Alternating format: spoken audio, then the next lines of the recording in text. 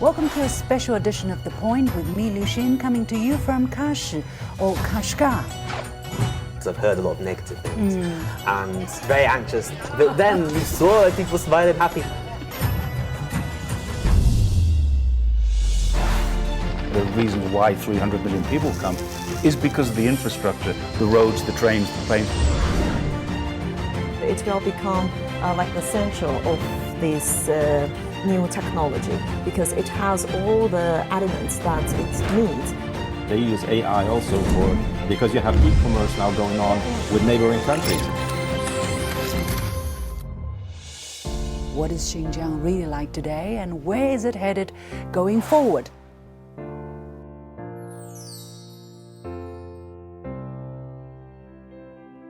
An ancient city of stones and bricks, revitalized through openness and connectivity in the heart of the Eurasian continent. Western headlines would have you believe the region is reeling under surveillance and suppression, where the people are unhappy.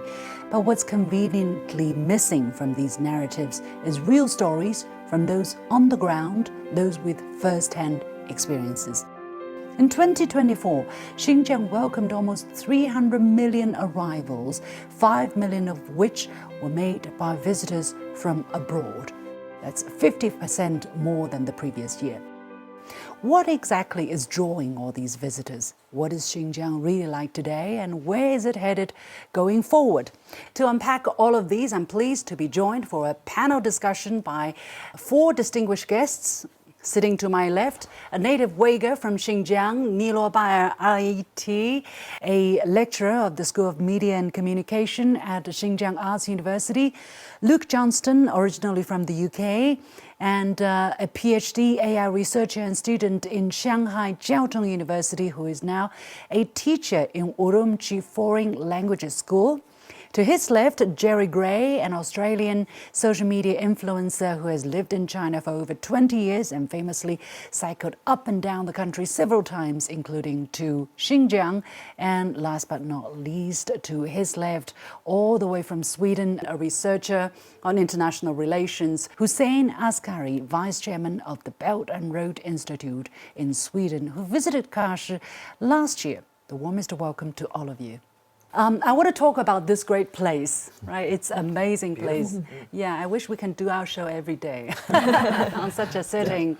It just makes the discussion so much more relaxed and interesting. We are actually in the cafe in the heart of the old town of Kashi.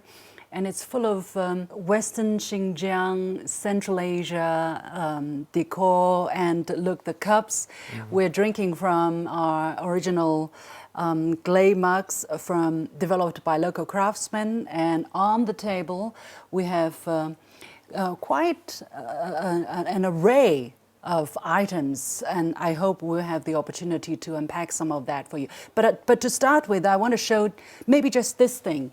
Okay, before we talk, I just want to show this very interesting piece of artifact or object, and I would like to ask my guests to have a really wild guess what this is for. Luke. I don't know. It's feathers. It's something you're meant to stamp down on something? I don't know. Yeah, Jerry?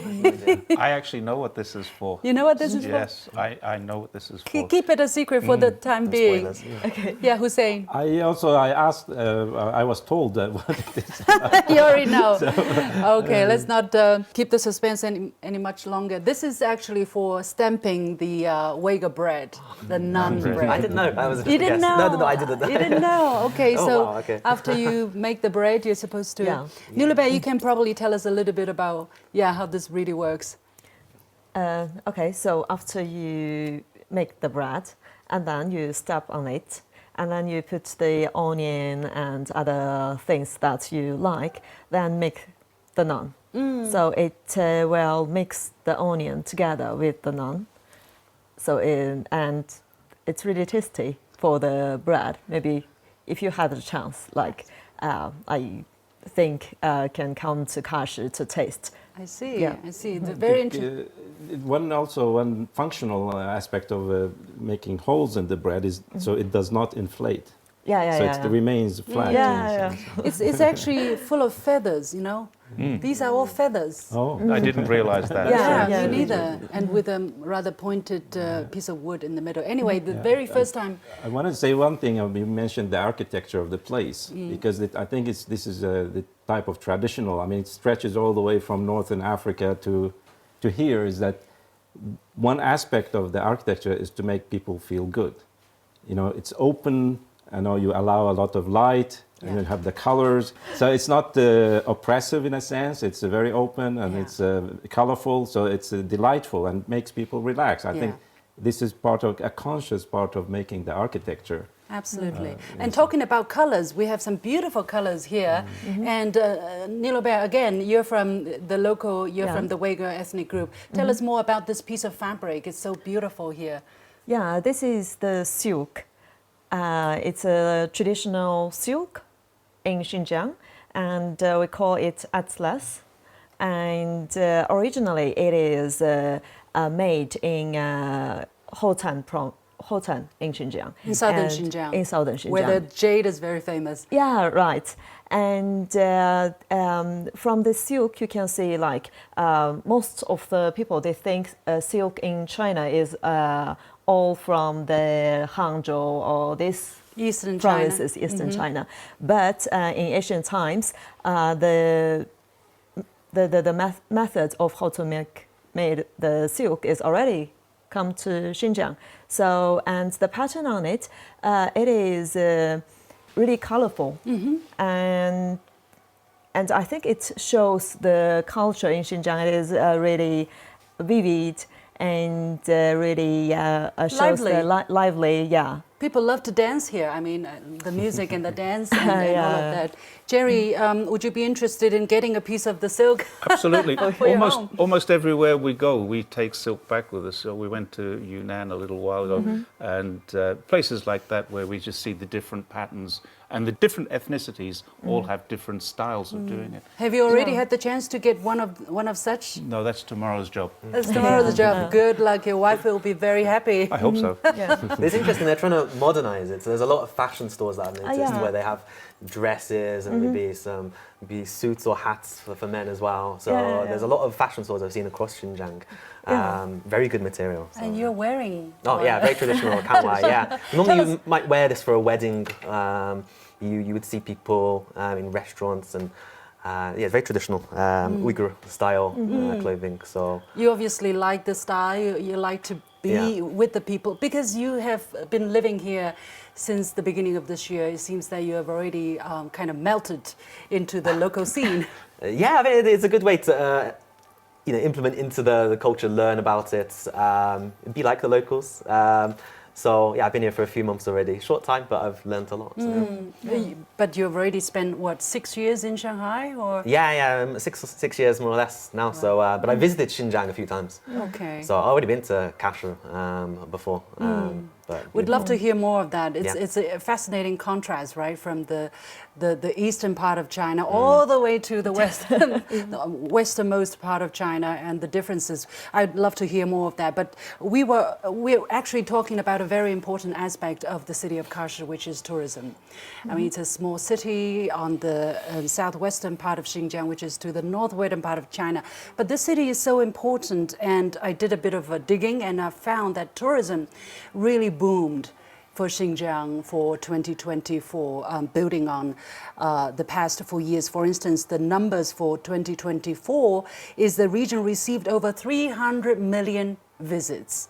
And of that 300 million visits, 5 million were made by overseas visitors. That is an increase of 50% from the previous year. So what do you make of this huge number? I mean, for me, it's really surprising. No, it's mind-boggling because last year after I visited here, I wrote a long article on the economy of Xinjiang, and I looked at the numbers, some of the numbers, and I looked at the number of tourists, and it said 250 million in 2023.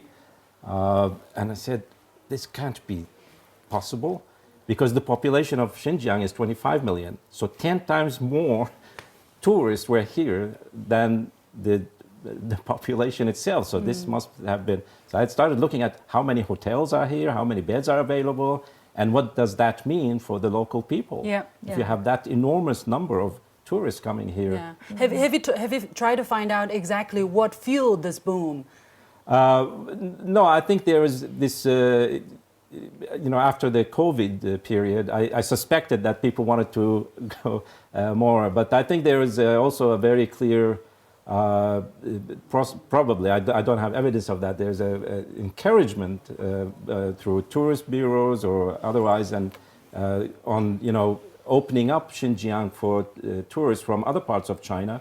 Of course, internationally still was not known, but I think the boom came when people started coming here in China and, reporting to their friends and families about not only how, it's like the enormous diversity of the climate, of the peoples, the cultures, the food, right. and so on. So this is, I think it became a trend. You have to visit Xinjiang. When I meet my Chinese friends, I say, I have been to Xinjiang. And they say, oh, what a pity. I really want to visit Xinjiang. You are so lucky. So there's... Niluobaier, probably you can tell us a bit more exactly why there's such a boom. I mean, okay, 5-6%, that's understandable, but 50% is really a jump. And it's not just last year. It's been growing pretty rapidly since the end of COVID. And I did some digging. The number is actually twice the number than before COVID. For 2018, it was 150 million visits. Last year was 300 million. So it's not just the end of COVID that where things getting back to the previous level, but it's more than doubled. What explains such a push? I think there are several reasons. Like first, the advertisement of the Xinjiang is better than before, like because of the internet and the videos.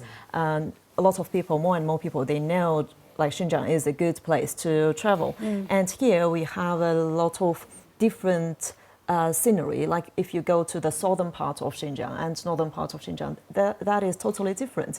And another thing is the facilities here are become better than years before. The government invests a lot to the local facilities, like the hotels and the roads and all the transportation and for the tourist attractions. So it can give the tourists a good experience. And another thing that I noticed this year is the Didi. You mean the Chinese version of Uber. Uber. Yeah. Maybe 2 years before, if you come to Urumqi or to Kashi, it is if you want to go out, you can just take the taxi. But now Didi is quite convenient. Though before that there are a lot of Didi drivers, but that it is not that widespread. But because of the tourists, that's a lot of tourists, and then this become a good business for the local people to earn money. And some of them, they already choose it as their jobs. And one time this time when I come to Kashi, I talked to a driver, Didi. I asked him how you become a Didi driver, what you do before. And he said he works in a restaurant before, and he can earn just 3,000 yuan per month, and which is about $500. Yeah, $550 US. Yeah. And then his cousin started this because he is young, and he asked him to start to drive Didi. He said, especially from May to the October, there are millions of tourists come to Xinjiang to travel, and most of them will use this to go around. And then he decided to rent before, first he rent a car to drive as a Didi driver. Then he found it is the income is really good, for about 7,000 to 8,000 per month. Double. Doubled. More than and in the high season of the tourist counts, it's more than 10,000. And he can do it when he has time, and if he wants to have a rest, he don't need to ask for leave from the boss. So it's because a lot of young Uyghurs or young local people, they are decided to use this. I see. Well, look, you have moved to Xinjiang, so what are you seeing? Of course, you don't live in Kashi, you live in Urumqi, the regional capital. What's your experience in terms of, the attraction of Xinjiang to tourists and potentially to, foreign young people who want to live in Xinjiang, who want to work in Xinjiang, the convenience, the changes? What can you tell us? Yeah, I think actually in the past few years for young people it's attracted them a lot, because I'm sure maybe you know about it, the Aierti. It is like a famous book, and they've made it into a TV series now. So many people, many tourists, they'll be coming to Xinjiang to see that. And then you have a lot of music from Xinjiang, and they go all around China. So a lot of young people are very attracted to this and like to come here. And I really love the music, so I think music is a big part of it. Yeah. The Xinjiang music is very good. But living here, I don't know, a lot of people, they recommend me, say they don't come to Xinjiang, you're better off to be in Shanghai. Why? You'll get a better salary. But actually, if you do the maths, I'm probably saving more money being here. Actually, the tax system works a little bit different in Xinjiang, so there's less income tax, and the cost of living is much cheaper. I can have a huge house. It's like 120 meters squared. To get that in Shanghai, I'd be having to pay, I don't know, 4 or 5 times, 6 times more than I would here. So don't tell me that's the main reason you moved here. One of them, but obviously I can live like a king, and it's the first time we are living like kings. It really is. Yeah. Like the houses are absolutely amazing here. But I remember first coming to Xinjiang, and it was 2021, and I just fell in love. Like mostly it was with the people. I remember walking around, and there were some Uyghur people, and they said, "Oh, are you a foreigner?" in Chinese, and I couldn't speak Chinese much of the time, and they couldn't speak English, but there was just an instant connection, and they said, "Can we invite you to our house?" And I stupidly said yes. if I did that anywhere else in the world, it could be quite dangerous. But I took the risk because I saw how open and friendly they were. They gave me some tea, they gave me some food, they performed some music. You were saying how dance, it really is, it's part of their culture. And I said, "Oh, I've got to give you some money, I've got to thank you so much." But no. They were really welcoming. And it's not just the first time, it's each place I've been to in Xinjiang, someone would invite me to their house. So the hospitality, the warmth, culture, everything, and the beauty of it as well. Yeah. Because Urumqi, you've got the city, but you have the mountains all around, you have the rivers, full of nature. Have any of the bad press that Xinjiang enjoys abroad, has that deterred you, scared you, influenced you at all? I mean, you come from the UK, you must have relatives and family asking you weird questions about why you choose to come. Maybe the first time I was a bit anxious in 2021, because I did read that. And I'll be honest, that was maybe a reason that I did want to come here, just to see what it really is like, because I've heard a lot of negative things. And I was very anxious, even to just take my camera out. Am I allowed to do this? Can I take a picture of anything? Maybe you'll be detained. I thought maybe I might be, but then you saw people smiling, happy, lots of people filming, and it just totally flipped everything. So my family, I think they're happy because I do make videos online, and they can see what Xinjiang. Sorry. I make videos online, and they can see what Xinjiang is like through my perspective, and it makes them a little bit more relaxed. Are they watching? Hello. Yeah, hi, Mom. Hi, Dad. Yeah, okay, Jerry, I know you are so, you want to tell, I know you have a lot to tell. You came here, you bicycled, but tell us a bit about the visa, because, without the visa policy, and you have lived here for 20 years, what a change when China was cautious about, don't open up, who foreigners, who knows who are among them, what they're doing here, to now, let's open up, even if the other countries are not opening to us, we are opening to them unilaterally. Right. Yeah, I think there's about 40 countries now that have a visa-free policy, 30 days in China. And if anybody really is thinking about this is a perfect time to visit China. And I've talked about the BBC and CNN and the rest who all say, well, Xinjiang's very remote, it's hard to get to, it's very difficult, they don't allow us to go there so easily. Well, absolutely not true. I mean, I've cycled in, I've caught the train in, I've flown in, I've cycled out, I've caught the train out, and I've flown out. We just go any way we want. We don't need a special permit if you have a visa to come to China. And now, even if you're one of the 40 or so countries that doesn't need a visa, The only thing difficult about coming to Xinjiang is because it's a 5-hour flight from the East Coast. It's a long way, and if you've only got a month, maybe you don't want to spend another day traveling to get somewhere. Catch a train here, it can be 2 days or 3 days, depending on where you're from. My first trip into Xinjiang was 2006 on a green train, and it took 5 days getting here, but we did stop in Xi'an for a few days, a couple of days, but 22 hours in one leg and then 27 hours on the next leg.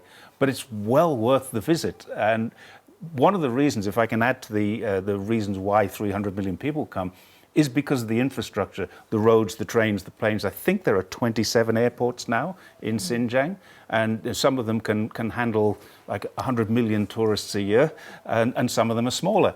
But it is just so easy to get here. There is nothing stopping anyone from coming here. There's a new airport as well that came out. Oh, there's another one. So it brings 28. So it's much easier now to go back to the UK, because I was looking at first, it's really annoying. It will take a couple of days, but now they've got much more connections there. There you go.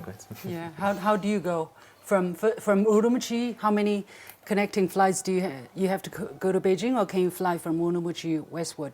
I think you can go from Urumqi westwards. You can go to Turkey and go Istanbul. from there. Yeah, exactly. Actually, the reason why I ask, because Urumqi is directly connected, I was told, to 95 destinations by 38 airlines, linking Eastern China, Western China, Central Asia, Europe, all the way, and through transit flights you can go to pretty much everywhere in the world.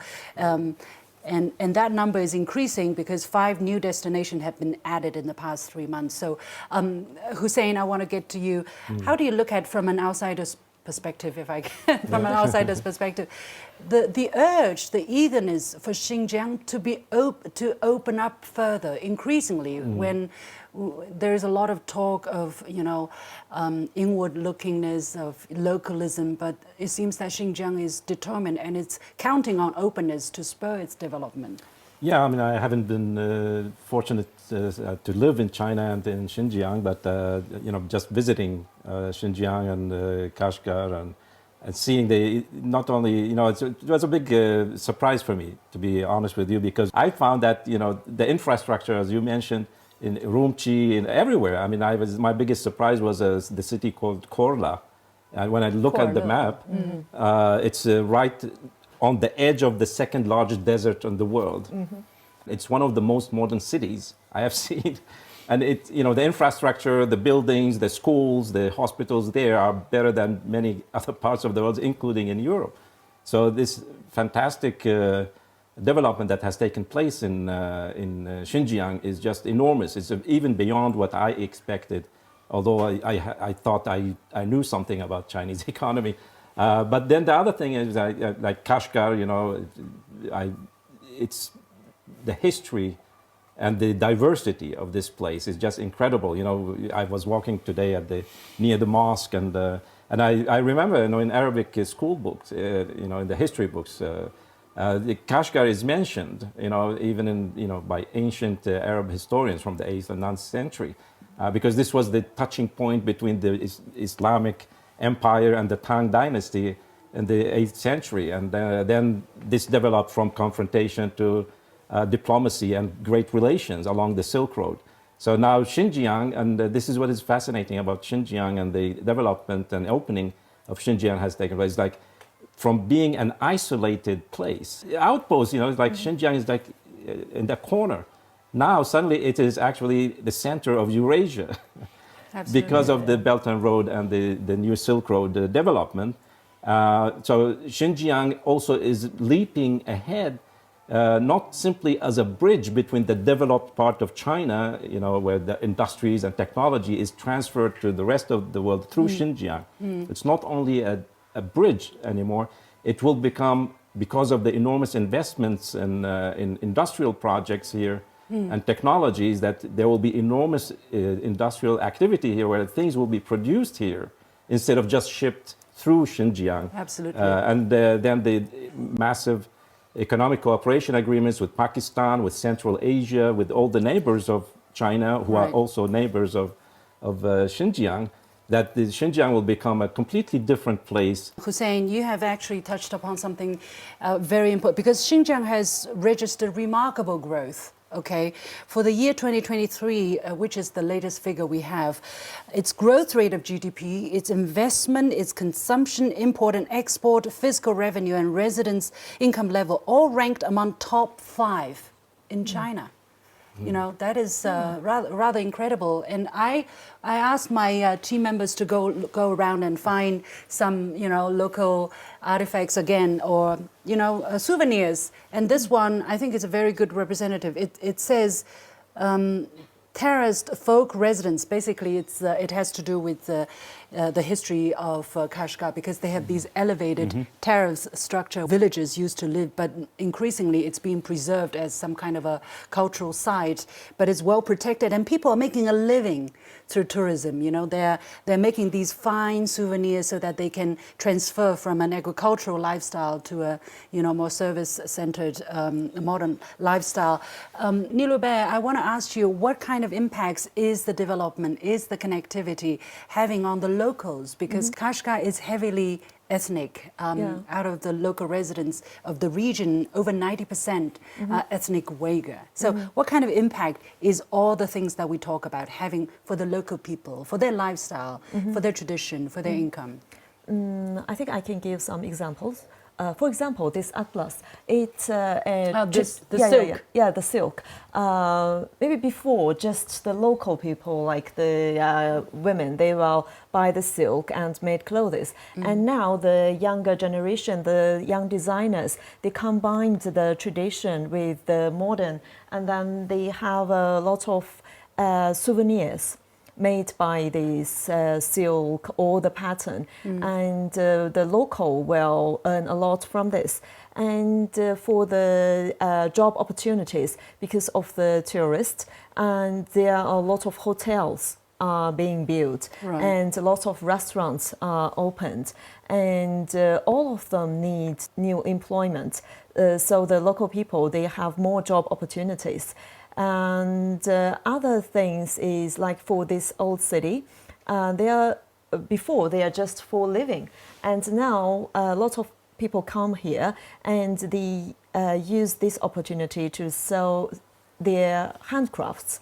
And I think this is another way to protect the culture. This is, how should I say, developed by local designers using local techniques and creativity. Yeah. So the patterns on the cup is all the like this is the flowers, and another That's one. pomegranate. Yeah. Maybe you want to just show the audience. Yeah. These are pomegranate designs. And Yeah. these are horns of rams. Yeah, right. Really So exquisite and sweet. they combined these kind of cultural elements to the souvenirs or to the local handcrafts, and it attracts more and more people to buy it. Yeah, the local people, I think they are genuinely enjoying the employment opportunity. They are happy. course. The tourists come. If you look at the old town, my observation is almost all of the shops are kept by local people. So the boom in tourism, the hospitality service, when that's booming, they're benefiting. But tell us a bit more about the Xinjiang that probably is not so known to the outside world. You're young, you're in the AI research field. What else is Xinjiang about? Is Xinjiang about new technology as well? Is Xinjiang about cutting edge, research as well in terms of AI, for instance? There's something going on? Yeah, no, because my PhD was in AI, so I was doing AI research, and I remember actually I was in the car and I was listening on the radio, and it was an Uyghur radio station, by the way, and I heard them speak about DeepSeek, which is the biggest Chinese AI language model at the moment. And I was like, why are they talking about that? So I did some research and I noticed a lot of these big AI companies, they're coming to Xinjiang.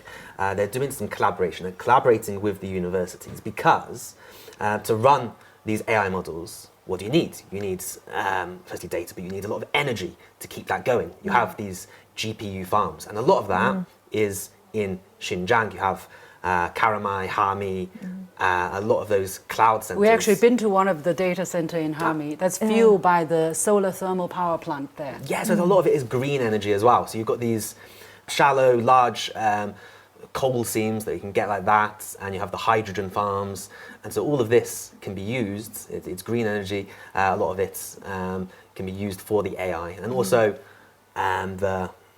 the polysilicon, that's also used for the chips. So they have 4 of the 5 largest polysilicon factories are in Xinjiang, and they need that to build the chips for the AI.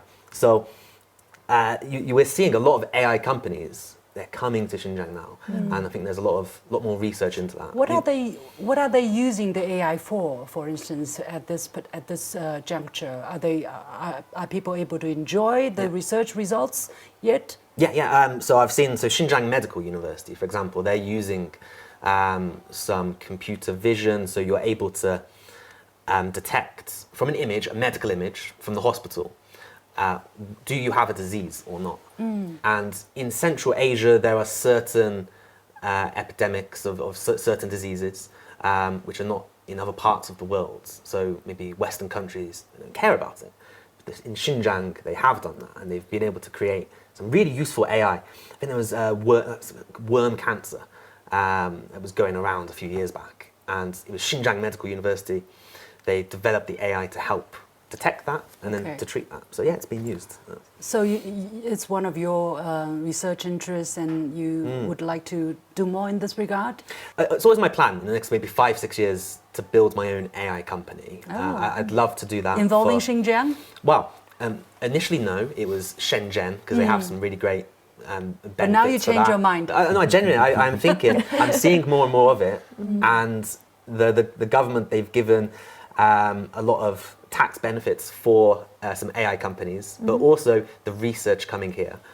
I honestly think, I love living here, that I could see myself setting up an AI company here. That's really interesting. Niluobaier, because Xinjiang is traditionally not known for the new high-tech industry, but actually, if you look at the areas that Xinjiang is eyeing on, it's clean energy, it's high quality manufacturing, it's new material, it's so new energy. For instance, as I said, we were in eastern Xinjiang, where we were at this huge solar thermal power plant, where you have hundreds of thousands of mirrors collecting solar energy and trying to produce electricity in a new environmentally friendly way.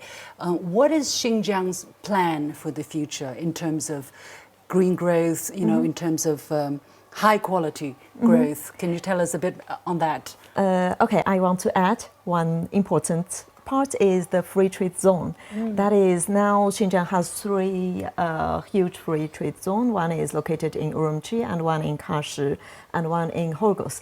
I think Xinjiang, like in the future, it will become like the center of this new technology, because it has all the elements that it needs, like the green energy, and also the location is good, and we have a really good policy for this high tech. Are the ethnic minorities enjoying the benefits of these growth? Of course. Like, how to say, like all the tasks from this growth will be used in the local development. For example, for the education, from the data we can see that the education spending on Xinjiang is growing rapidly, and it's almost like growing every year to about 100 billion. And also the facilities. For example, when I came to Kashi in 2017, the old city is not like today. One Yes. benefit for the population I could see as a economic analyst is that the scaling up of the skills, the capacity building of the population, because with all the enormous investments taking place here in many industries, I was at the Kashi pilot free trade zone.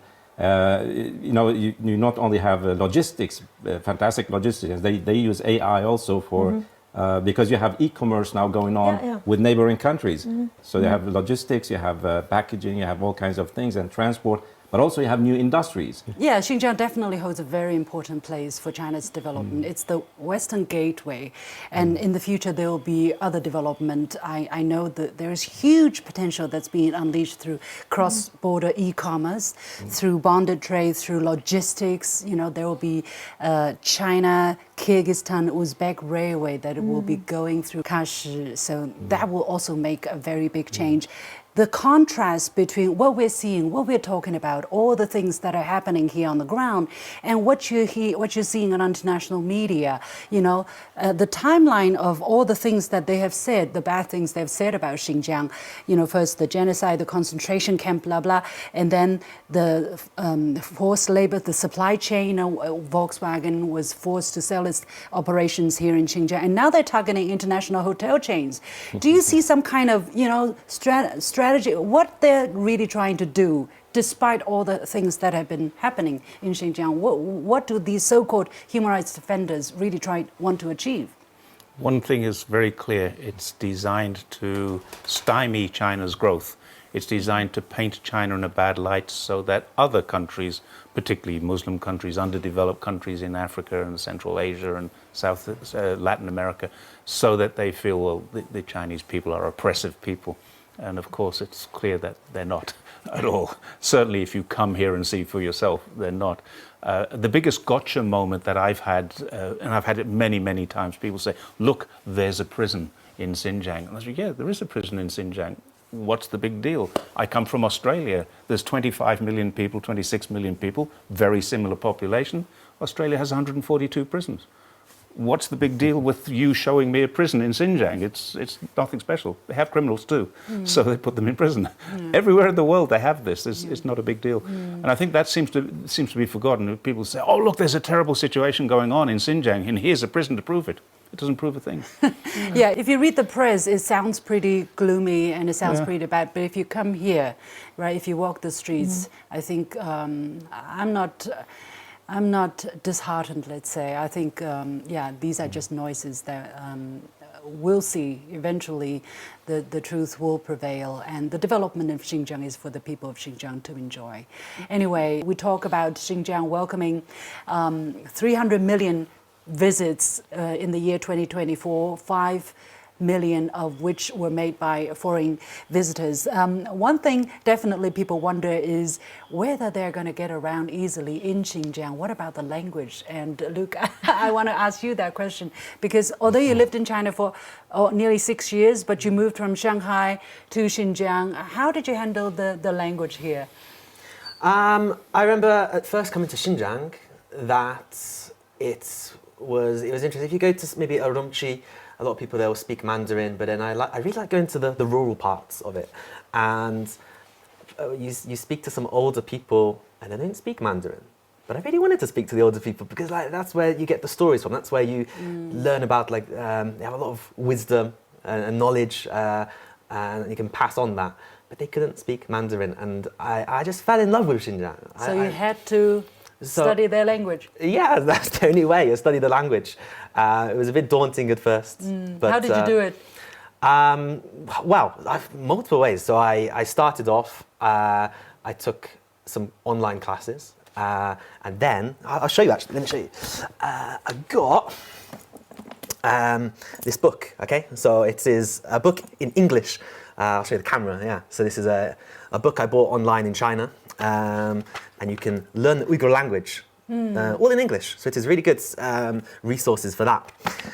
So yeah, I've got a couple of those. It's What's the really white good. one? The white one? Yeah, this one as well. Again, all in English, a textbook. So from a university, and yeah, you can learn it all in English, explaining the grammar, things like that. And I went to Xinjiang, and they have a bookstore, a Xinhua bookstore, and they've got a whole section of like Uyghur books, Uyghur novels.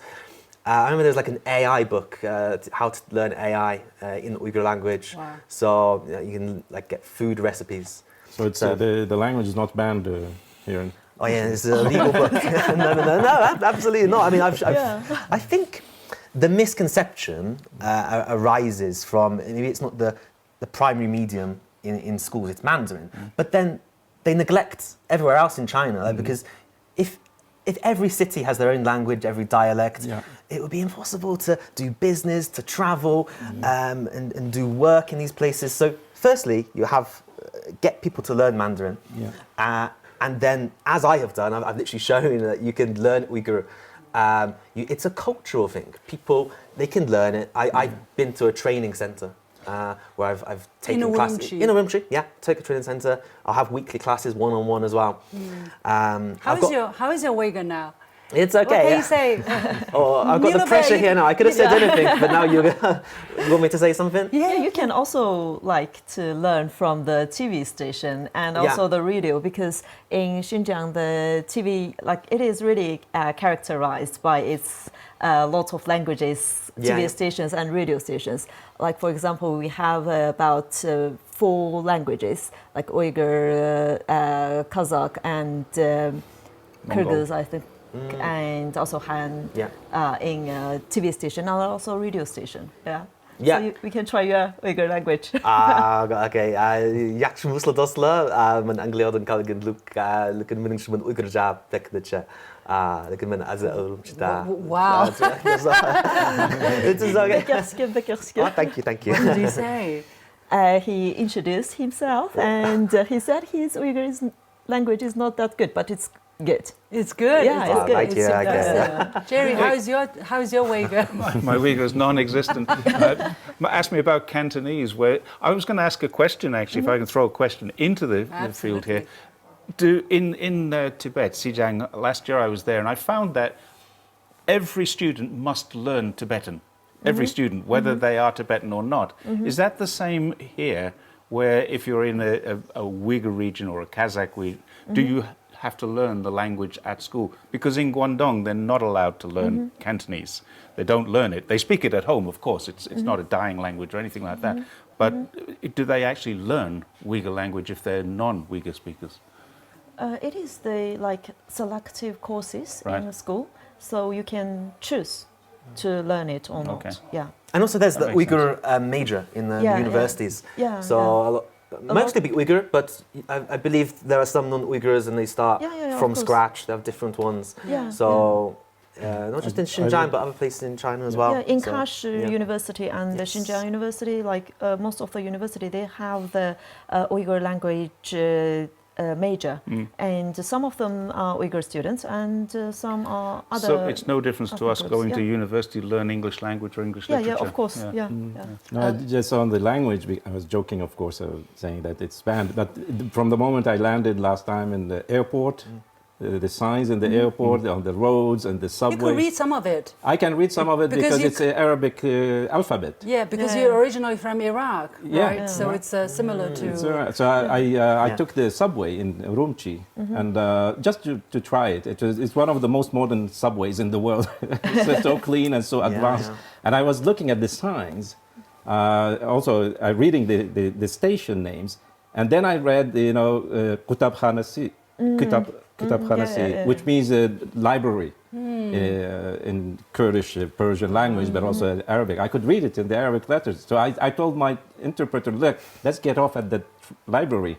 I want to see the library. And then we got off the library, and there's a whole section in the library with the Uyghur language, literature. And this is one of the great things the Chinese government has done, actually, because a lot of the cultures here, is like the old Arab cultures, is a verbal culture. People inherit poetry, the mythology, all kinds of cultural heritage, goods are verbal. So people learn it from father to son. Yeah. It's not written so often. So I think, and this is the big change which has taken place, that the Chinese government decided that all these things have to be written in the original language. All the myths, all the music. And I saw in the music conservatory in Urumqi that the Muqam culture is preserved now because it was written down. So people can study it. And this way it's preserved. What did I set out to talk about? What was the... we went to opening up of... I'd love to add one point. I went to Kazakhstan, actually, last year, to Almaty. From Ili, I drove through to Kazakhstan. In western Xinjiang. Yeah, and there is an Uyghur community in Almaty. and maybe from decades ago, maybe their great-great-grandparents are there. And interesting thing, so they have Uyghur schools there, and all of them, they will learn the Uyghur language. But I spoke to them, and I said, oh, do you mind, can I interview Zirat Kasambalamdu? And they're like, oh, what? They cannot understand. Because it's not a cultural thing, it's not part of their everyday life. We can kind of think of it maybe with Welsh language. They learn the language, but it's not part of everyday life. Whereas in Xinjiang, you hear it in the markets, people use it on the breakfast table at homes and everything. It's very difficult for that to go away. Yeah. Well, before I talk about all the policies or the visa and work permit for those who may be interested, you teach in a foreign languages school. How is that experience? I mean, who are your students, and what is it like? Honestly, amazing. Like, so a lot of many minorities there. We've got the Han, we've got Uyghurs, Kyrgyz, Mongol. So it's really fun, like teaching them, and they've seen my videos actually online. So they're a big fan of mine, and so sometimes they'll teach me Uyghur language. They're very friendly. They're really happy that I want to learn. And actually, one of the students invited me to celebrate Eid, which is the end of Ramadan. So went to their house, we had a big meal together. But the schools are actually able to hire foreign talents, you from other parts of China or from abroad directly to come and teach in their high schools. Yeah, they're teachers. I know a French guy actually in Urumqi. He owns his own business here. There's an American who's in the university as a professor. Loads of universities you can come, loads of companies you can go to, but also being a student. So actually, there's a lot of funding for scholarships for students. So, which is not really well known. Like, I would never know this in the UK, but there's a lot of funding and opportunities for people to come here and get paid to study, which is fantastic. So a lot of people from Central Asia, they'll come here, and there's some really good unis. I think we've got in Urumqi, Kashgar, Shihudze, so I think there's a lot of opportunities for that. We did a bit of research, and it's actually quite clear since the last few years the government of Xinjiang has really ratcheted up its talent attraction policy, for instance, in terms of simplifying visa processes, relaxing residence requirements and work permits, so on and so forth. Niluobaier, how vigorous are these measures? Why is Xinjiang putting so much effort into attracting foreign talents such as Luke? I think because Xinjiang is a modern Xinjiang, we are developing so fast. And of course, when we develop, we need the talents like Luke, and we need a lot of people to bring the new tech. So this is one thing. And another is, I think we all want the world to know the Xinjiang.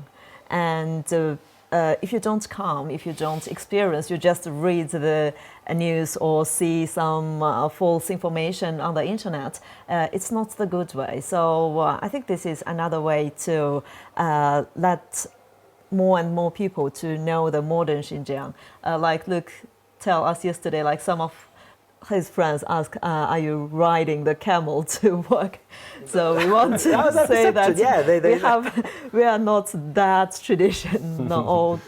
So Xinjiang is very different in reality. Of course. It is the modern city, like maybe not that developed like Shanghai, but it is going better. What about visa? I mean, there are a lot of visa schemes, right? There is also the visa-free transit area where people can come into certain ports and then they're able to do cross-province travels to other parts of China.